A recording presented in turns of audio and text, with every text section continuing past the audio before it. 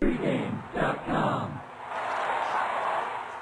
Pregame.tv breaking down Monday Night Football action in America's finest city, San Diego. Your San Diego Chargers. San Diego. Everyone does. Catching 1.5. Actually, I like Dana Point a little bit better, but I like them both. And they are Indianapolis Colts 4-1 off a tremendous win against Seattle. Now they travel to San Diego. Should be a great game. Like I said, San Diego's catching 1.5, total sitting at 49.5. Let's start with the new guy, Brady, Kannon. From San Diego, college-wise, in fact. I went to University of San Diego, the Toreros.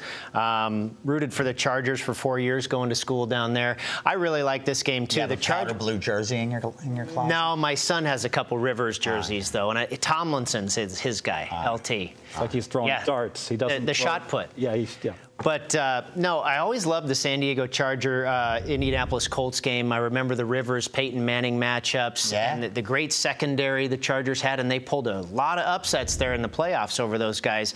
And I see this game setting up like that again. San Diego coming off a loss. The Colts come in here red hot, beating San Francisco and Seattle. Ought to be a good clash. Yeah, you know, it's interesting schedule dynamic, VR. You look at the Colts. We talked about how phony this team was last year at 11-5. Not as phony this year. Better stats, playing well. But talk about a nice little run. They fly out to San Francisco. They kick the 49ers' butts. Do the little lightning bolt zigzag from back home, and then they go down and crush Jacksonville, and then they get the big home win, the home run win against Seattle. Now they got to fly back out to the West Coast. Can they keep it rolling? Yeah. First, here's the disclaimer. We're doing these videos on Tuesday.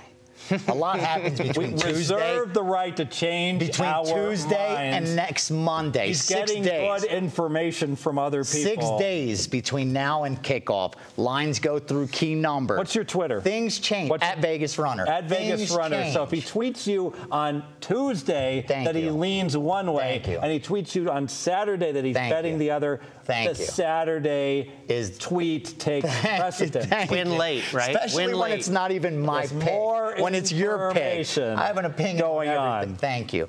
With that said, with that out of the way, with that disclaimer out of the way. So you can change your mind right now. Right now. If they're kicking off when we walk out in that parking lot, your preliminary look. Thank you. I like San Diego. You're leaning San Diego. Let's use the word lean. Leaning San Diego. Non-committal. Yeah. And here's why. I'm high on the Colts.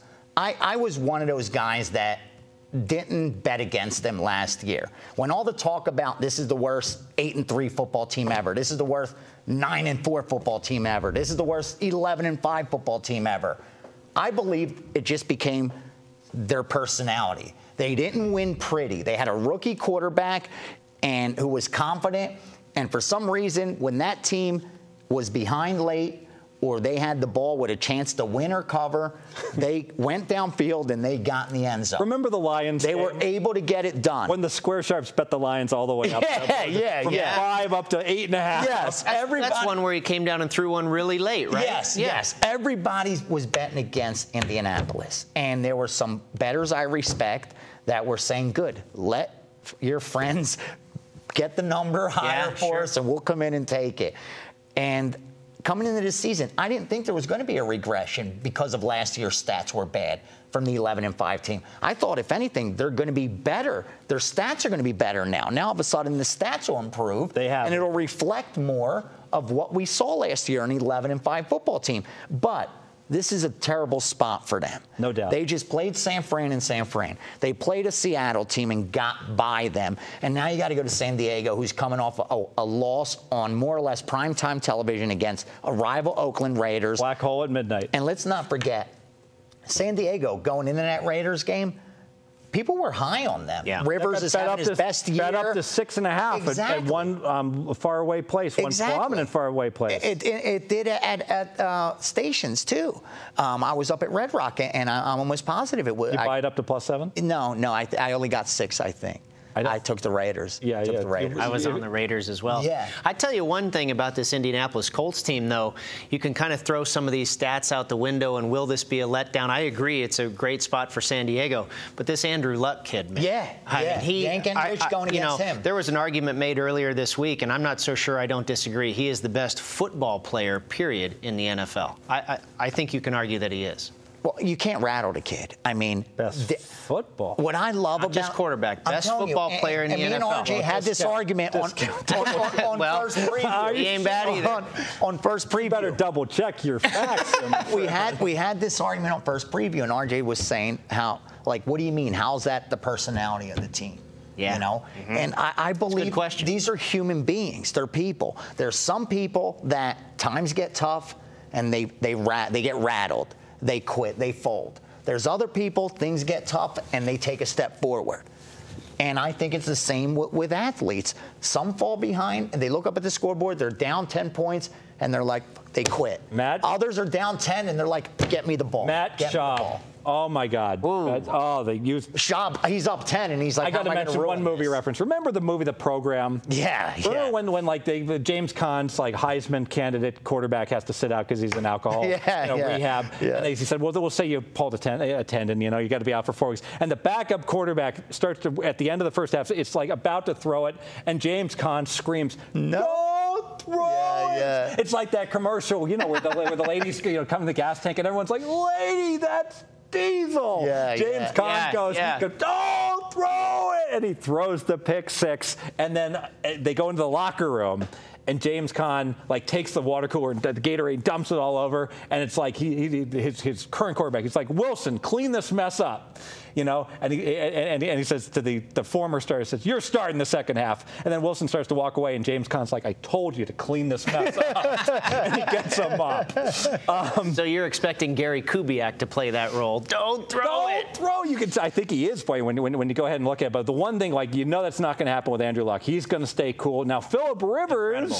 Yeah, he's been rattled. He can get rattled. And one thing, he's so used to that O-line breaking down that his normal throwing motion like this, and they showed like how Brady and Manning both have exactly the same throwing motion with their elbow and their hand. And I swear Rivers throws dart thrower. He's so used, he knows someone's going to knock the ball out. I'm interested in who you like in this game. And it concerns me. You know, I lean San Diego right now. I haven't done all my work because the spot is so good. Off the loss to Oakland, division rivals, I think, for them to come back. But I actually have something on the total. I'm going to explain it while I go ahead and make it official here. I'm listening. Pregame.tv here. Sometimes you spot something when you're handicapping and you're doing the work that no one else sees. And I really think I see something here on Indianapolis. Let me read you who they played so far. Go ahead and give my pick. My pick on this game is on the over, 49.5.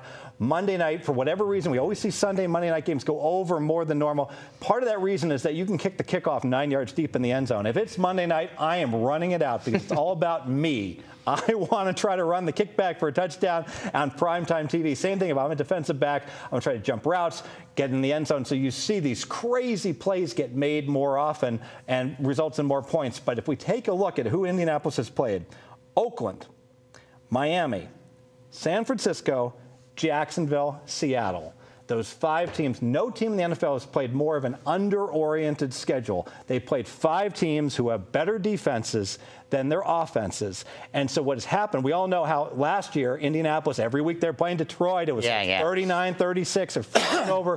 But because they played 5 straight lower-scoring teams like the Seattles, the San Franciscos, the Jacksonvilles, all of their averages, their yards per play for and against, are skewed downward, and people have forgotten who this team is. The Indianapolis Colts are a shootout team, and that finally came to fruition against Seattle. Even though Seattle had 3 offensive linemen out, still, the very first play of the game, they give it to Lynch, 20 yards to start the first quarter. First play of the third quarter, they give it to Lynch, 18 yards to start the third quarter. Here's a team with a suspect defense, and Luck's going to score lots of points. And what we've seen from the Chargers, we know the Chargers shootout team left and right. You look at the shootout against Dallas, they've been scoring, they haven't been stopping people. And I got the Monday night factor working for me. I like it. And I also have 2 teams that don't play each other that often, so it's not the familiarity either. I think this is going to close 52.5. And again, you know, we talk about changing our mind. Don't be surprised. No one send a memo over to management like, I saw Fezzik at station playing under 53, to which I would respond, I'm not giving out over 53. I'm giving out over 49.5. That's why we shoot these videos on Tuesdays, not on Saturday nights, because we're supposed to show some betting acumen and ability, and that number's only going to go higher. If you're going to play over, don't wait. Play it now. Get down now before the line move. I really think you're only going to see one-way freight train of action over. I agree. You guys like it? Yeah, and you're so right about where the line's going. Absolutely, and I think, I had the Raiders on late Sunday night. I love that play, and probably my biggest reason for liking that play was the lack of defense in San Diego.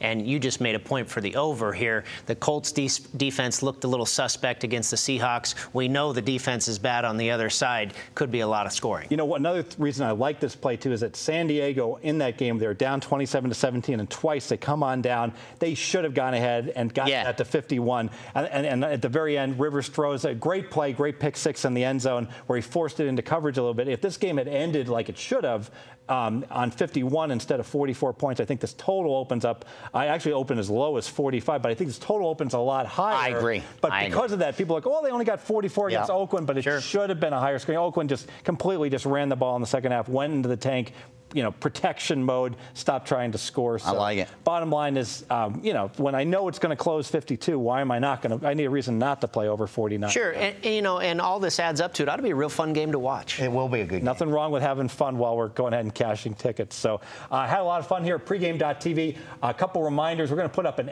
evergreen video on football contest update. I've had great success in football contests, but it's my friends here and the other chairs that are doing better in the contest so far this year. We'll discuss how we're all doing, and we're also going to do definitely ask you to sit in and catch videos later this week. Marco D'Angelo, Brian Leonard, Ken Thompson. The pregame A-team is going to be in studio. Check them all out here at pregame.tv. Thanks for listening and watching each and every week. A-team.